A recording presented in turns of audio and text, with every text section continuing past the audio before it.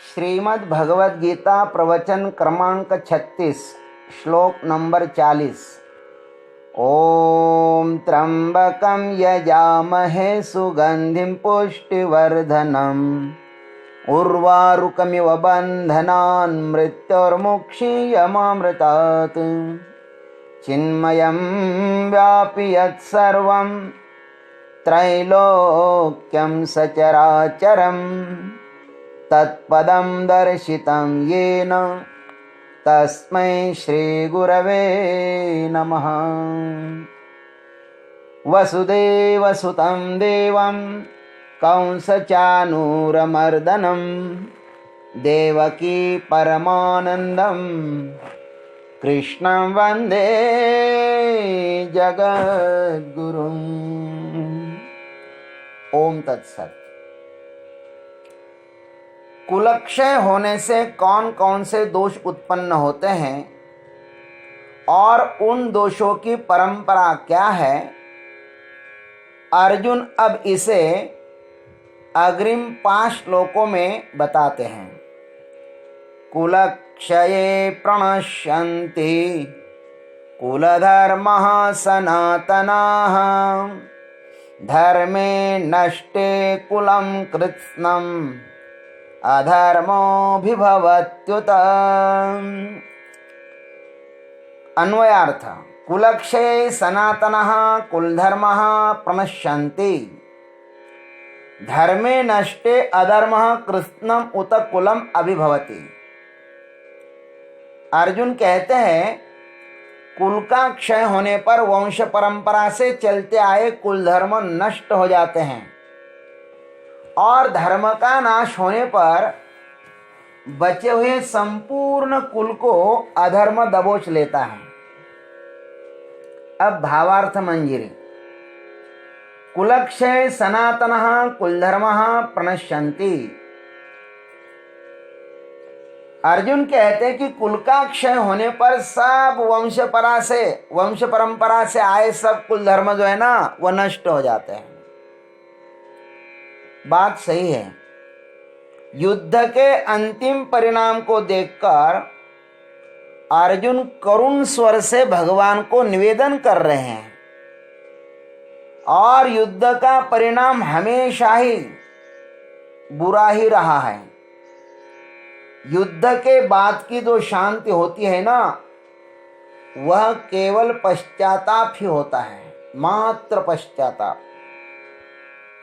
हाँ, कुछ दिन बाद फिर पूर्ववत स्थिति हो जाएगी। हम देखते हैं, जब भारत के टुकड़े हुए थे, बंटवारा हुआ था, भारत और पाकिस्तान ये 2 देश हो गए थे, तब पाकिस्तान से मुर्दों की ट्रेन भारत में भर भर के आती थी। उस समय भारतवासियों को कितना पश्चाताप होता होगा, कितना दुख होता होगा, यह तो वे ही जाने। उस समय बहुत भयाक्रांत स्थिति थी, किंतु आज लोग उस परिस्थिति को भूल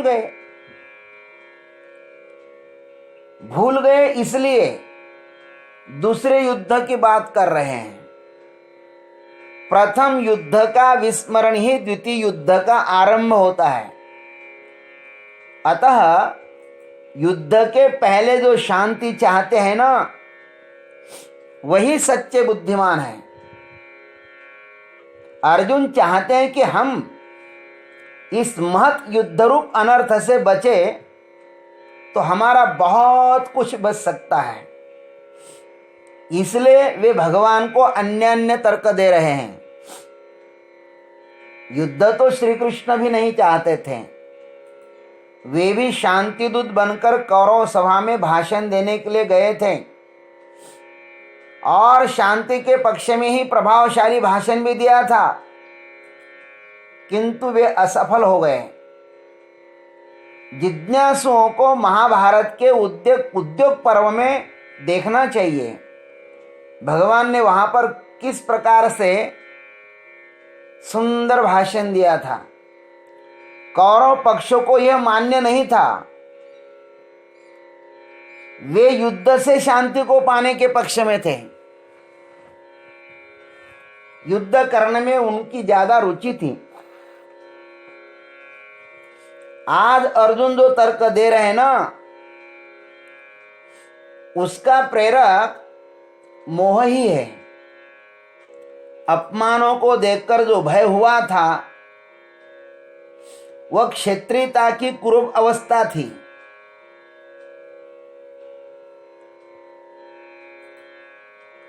भीतर तो युद्ध चल रहा है और बाहर वे शांति चाहते हैं, यह असंभव ही है। अर्जुन इस द्विधा से भरे हुए हैं, भाग जाऊं या युद्ध करूं। भागने की कायरता अर्जुन के खून में नहीं है और अब युद्ध करने की शक्ति भी नहीं रही है।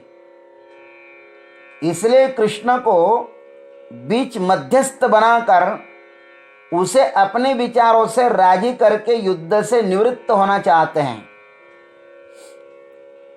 किंतु कृष्ण भी कोई साधारण व्यक्ति नहीं है, वे भी अर्जुन को अपने जैसा ही बनाकर रहेंगे।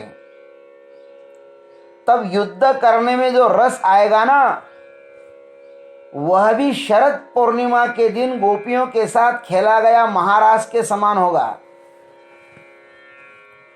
तब अर्जुन अज्ञानी बनकर के युद्ध नहीं करेंगे, ज्ञानी बनकर के युद्ध करेंगे। भगवान जैसे होंगे वो। लेकिन अब अर्जुन कह रहे हैं कि कुलक्षय होने पर वंश परंपरा से चलते आए कुल धर्म नष्ट हो जाएंगे। महाभारत के उद्योग पर्व में महाकुल की व्याख्या इस प्रकार की गई है। तपोदमो ब्रह्मवित्तं वितानः पुण्या विवाह सततां न दानम् येष्वैवैते सप्तगुणाः वसन्ति सम्यग् वृत्तास्तानि महाकुलानि।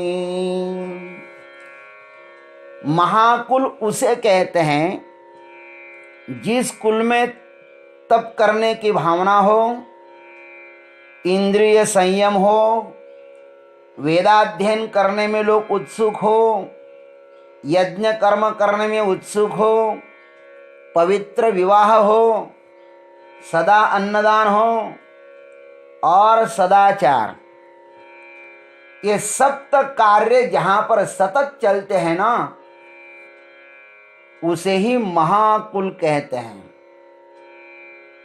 और इन सातों का नाश होना ही कुलक्षय है, क्योंकि कुल में मार्गदर्शक वृद्ध लोग ही नहीं रहेंगे तो फिर इन सनातन सप्त गुणों का आचरण असंभव ही है। आचरण कौन करेगा इन गुणों का? घर में जो वृद्ध होते हैं ना, वही तो लोग अपनी परंपरा के बारे में सचेत करते हैं, क्योंकि सदाचारण के लिए सुविचार ही चाहिए और सुविचार सुसंस्कार से आते हैं और सुसंस्कार सनातन कुल धर्म से ही आते हैं। अर्जुन बड़े ही रहस्य की बात कह रहे हैं।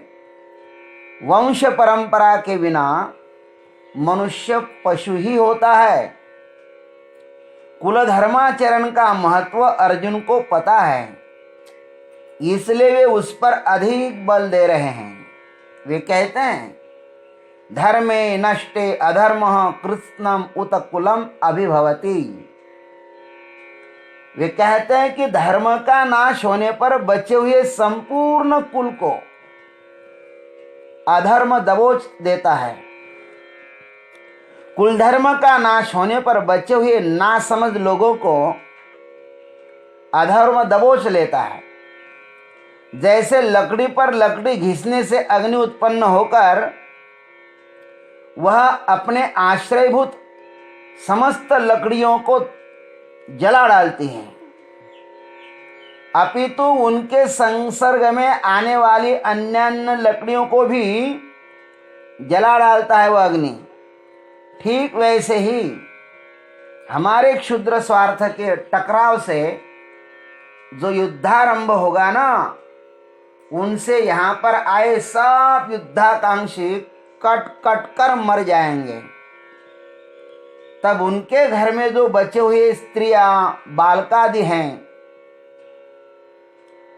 उन्हें वंश परंपरा का ज्ञान कौन देगा? तब सब अपने अपने धर्मों को छोड़ते हुए अधर्म में प्रवृत्त होकर पापाचरण में लग जाएंगे। तब क्या होगा? उसकी भयानक स्थिति अर्जुन अब अग्रिम श्लोक में बताएंगे। उसको हम अग्रिम भाग में कहेंगे। ओम तत्सत। जय गुरुदेव, जय जगदीश्वर।